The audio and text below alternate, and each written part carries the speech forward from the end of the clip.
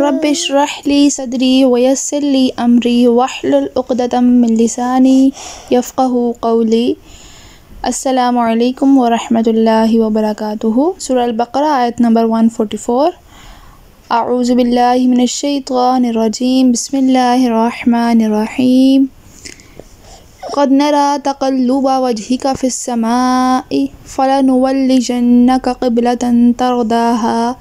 فول وجهك شطر المسجد الحرام وحيث ما كنتم فولوا وجوهكم شطره وإن الذين أوتوا الكتاب ليعلمون أنه الحق من ربهم وما الله بغافل عما يعملون۔ ترجمہ: ہم تمہارے چہرے کا آسمان کی طرف بار بار اٹھنا دیکھ رہے ہیں تو ضرور ہم تمہیں اس قبلے کی طرف پھیر دیں گے جس میں تمہاری خوشی ہے، تو ابھی اپنا چہرہ مسجد حرام کی طرف پھیر دو، اور اے مسلمانوں، تم جہاں کہیں ہو اپنا منہ اسی کی طرف کر لو، اور بے شک وہ لوگ جنہیں کتاب عطا کی گئی ہے وہ ضرور جانتے ہیں کہ یہ تبدیلی ان کے رب کی طرف سے حق ہے، اور اللہ تعالیٰ ان کے اعمال سے بے خبر نہیں۔ اللہ تعالیٰ نے فرمایا کہ بے شک ہم تمہارے چہرے کا آسمان کی طرف بار بار اٹھنا دیکھ رہے ہیں۔ در حقیقت جب آپ صلی اللہ تعالیٰ علیہ وآلہ وسلم مدینہ منورہ میں تشریف لائے تھے تو انہیں بیت المقدس کی طرف ہی منہ کر کے نماز ادا کرنے کا حکم دیا گیا تھا، اور نبی پاک صلی اللہ تعالیٰ علیہ وآلہ وسلم نے اللہ تعالیٰ کے حکم کی پیروی کرتے ہوئے اسی طرف منہ کر کے نمازیں ادا کرنا شروع کی۔ البتہ آپ صلی اللہ تعالیٰ علیہ وآلہ وسلم کے دل کی ادباً کہوں تو قلب اطہر کی خواہش یہ تھی کہ خانہ کعبہ کو مسلمانوں کا قبلہ بنا دیا جائے۔ اس کی وجہ یہ نہیں تھی کہ بیت المقدس کو قبلہ بنایا جانا حضور اکرم صلی اللہ تعالیٰ علیہ وآلہ وسلم کو ناپسند تھا، بلکہ اس کی ایک وجہ یہ تھی کہ خانہ کعبہ حضرت ابراہیم علیہ السلام اور ان کے علاوہ دوسرے انبیاء کرام علیہم السلام کا قبلہ رہا تھا،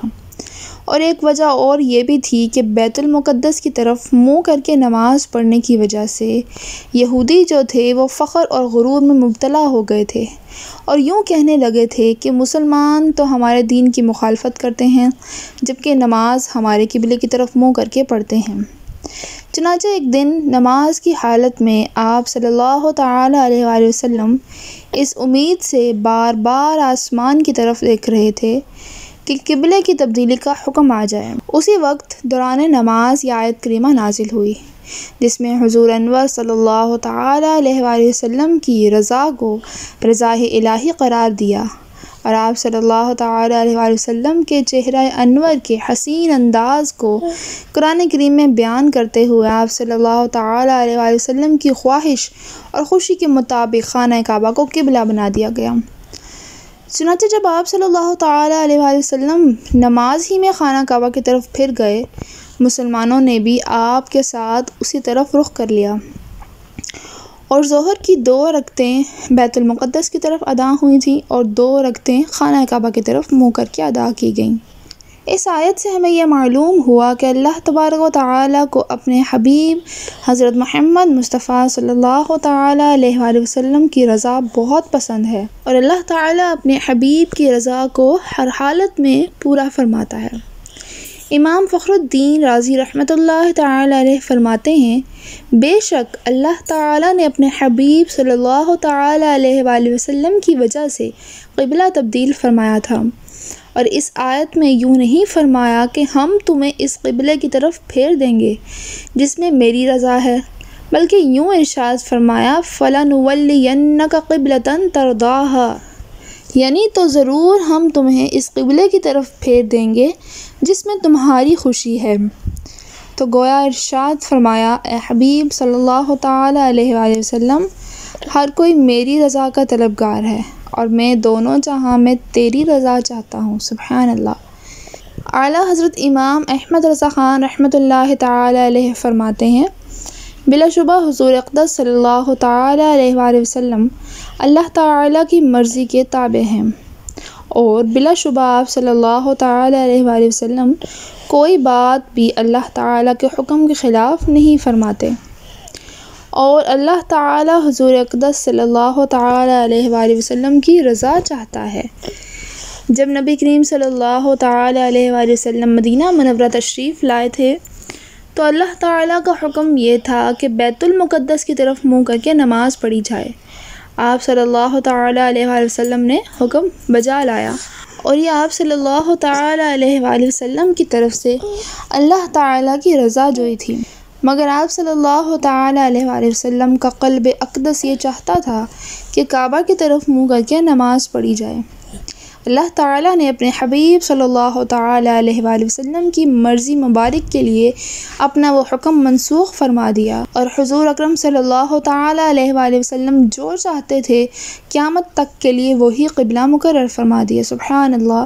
یہ اللہ تعالیٰ کی طرف سے اپنے حبیب کی رضا جوئی تھی۔ ان میں سے جس کا انکار ہوگا تو وہ انڈائریکٹلی قرآن عظیم کا انکار ہے۔ ام المؤمنین حضرت عائشہ صدیقہ رضی اللہ تعالی عنہا آپ صلی اللہ تعالی علیہ وآلہ وسلم سے عرض کرتی ہیں، ما ارا ربک الا یسارع فی ہواک، میں حضور صلی اللہ تعالی علیہ وآلہ وسلم کے رب عز و جل کو دیکھتی ہوں کہ وہ حضور صلی اللہ تعالی علیہ وآلہ وسلم کی خواہش پوری کرنے میں جلدی فرماتا ہے۔ سبحان اللہ۔ جس طرح اللہ تعالیٰ نے اپنے حبیب صلی اللہ تعالی علیہ وآلہ وسلم کی خوشی کے لیے تا قیامت کعبہ کو مسلمانوں کا قبلہ بنایا، اسی طرح آپ صلی اللہ تعالی علیہ وآلہ وسلم کی خوشی کے لیے آپ کی امت پر 50 نمازوں کو کم کر کے 5 فرض کی گئی تھیں۔ آپ صلی اللہ تعالی علیہ وآلہ وسلم کی خوشی کے لیے ہی بدر اور حنین میں فرشتے اترے تھے۔ آپ صلی اللہ تعالی علیہ وآلہ وسلم کی خوشی کے لیے ہی معراج کی سیر کروائی گئی۔ آپ صلی اللہ تعالی علیہ وآلہ وسلم کی خوشی کے لیے ہی امتیوں کے گناہ معاف ہوں گے۔ آپ صلی اللہ تعالی علیہ وآلہ وسلم کی خوشی کے لیے آپ صلی اللہ تعالی علیہ وآلہ وسلم کو حوض کوثر عطا ہوا۔ آپ صلی اللہ تعالی علیہ وآلہ وسلم کی خوشی کے لیے امتیوں کے نیکیوں کے پلڑے بھاری ہوں گے، پل صراط سے سلامتی سے گزریں گے اور جنت میں داخل ہوں گے انشاءاللہ۔ اللہ تعالیٰ فرماتے ہیں وَلَسَوْفَ يُعْطِيكَ رَبُّكَ فَتَرْضَىٰ، سورہ ضحیٰ آیت نمبر 5۔ ترجمہ، اور بے شک قریب ہے کہ تمہارا رب تمہیں اتنا دے گا کہ تم راضی ہو جاؤ گے۔ اعلیٰ حضرت امام احمد رضا خان رحمۃ اللہ تعالی علیہ کیا خوب فرماتے ہیں، تو جو چاہے تو ابھی میل میرے دل کے دھلیں کہ خدا دل نہیں کرتا کبھی میلا تیرا۔ مزید یہ کہ اس آیت میں مسلمانوں کو قبلہ کی طرف منہ کرنے کا حکم دیا گیا، اس لیے یہاں نماز میں استقلال قبلہ سے متعلق چند مسائل ہیں۔ نمبر 1، نماز میں کعبہ شریف کی طرف منہ کرنا شرط ہے۔ نمبر 2،